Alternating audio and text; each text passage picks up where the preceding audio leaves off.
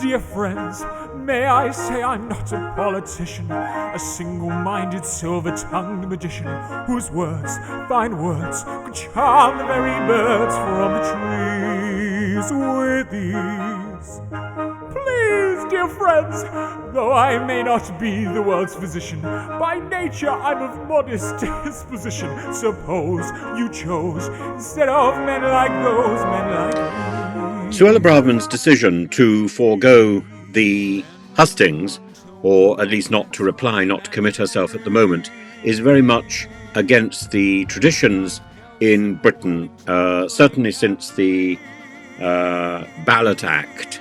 And if you go back earlier to when the hustings were effectively the election campaign and the voting with a show of hands, one of the best descriptions of that is in Charles Dickens' novel The Pickwick Papers, published in 1836. And there's this memorable political hustings, and the term hustings refers to a platform where candidates for the election address voters, and it plays a significant part in the story at that moment. And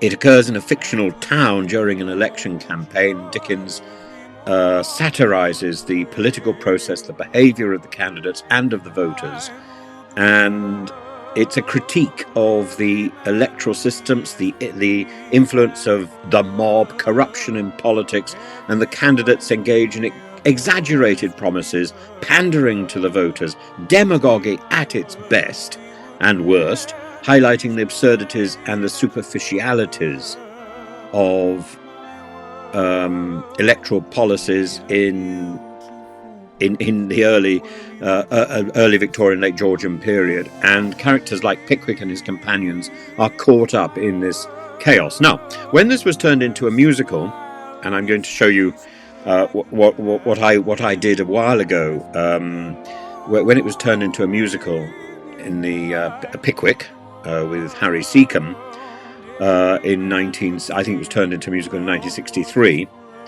At this point, when the hustings is taking place, Harry Seacombe, Pickwick, steps forward and sings "If I Ruled the World," and the lyrics reflect on what an individual could do with power and authority in a benign way, and it underscores the grand promises and the rhetoric often used by candidates to sway voters. But it's a wonderful song, and it's become iconic, blending humour with earnestness, exploring the fantasy and the dreams of political leadership, political authority, political opportunity. And in both the novel and its adaptations, the hustings serves as a backdrop for Dickens to criticise the way politics is upended. You know, there was a point when this is in the book by John Lawrence, which is a history of the hustings. He says, when the Palace of Westminster burned down in 1834, which is at that time, the crowds on the other bank of the Thames cheered and jeered as the flames flared. The spirit of popular rejection and irreverence towards the political elite lives on today. And he's absolutely right. The Westminster fire in 1834 resonates with the broader themes of public opinion towards the elite and the expenses and the corruption. And the fire that destroyed Westminster, of course, yielded the Phoenix, built by Barry and Pugin was only very recently acknowledged as the person behind so much of the splendour of the Palace of Westminster, which today is in need of a rebuild, in need of a refit and a repair. And the historical moment when that fire hit, you'd think there would be despair. There wasn't, because the Palace of Westminster was the embodiment of corruption, and the crowd jeering on the bank rejected the political elite.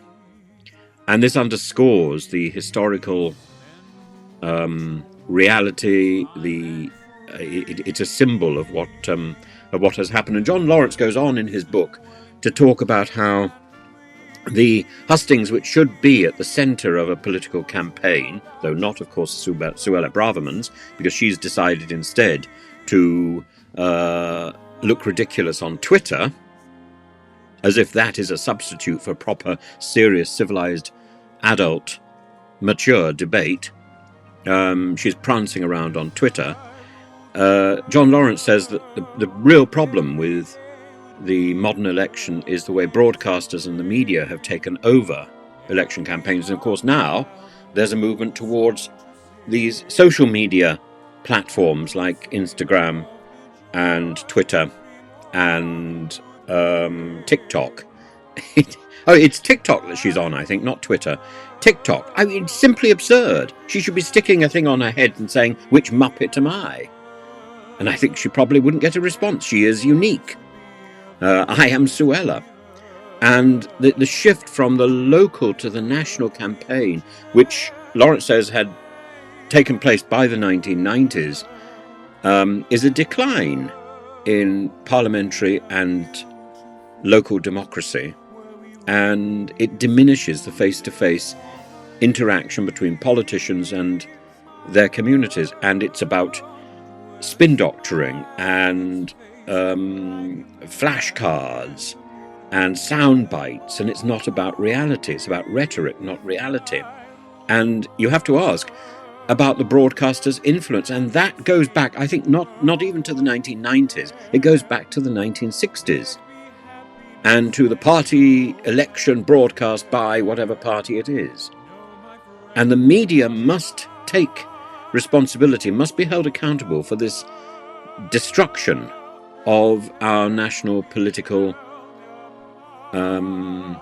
discourse, because in the end, this is what is breaking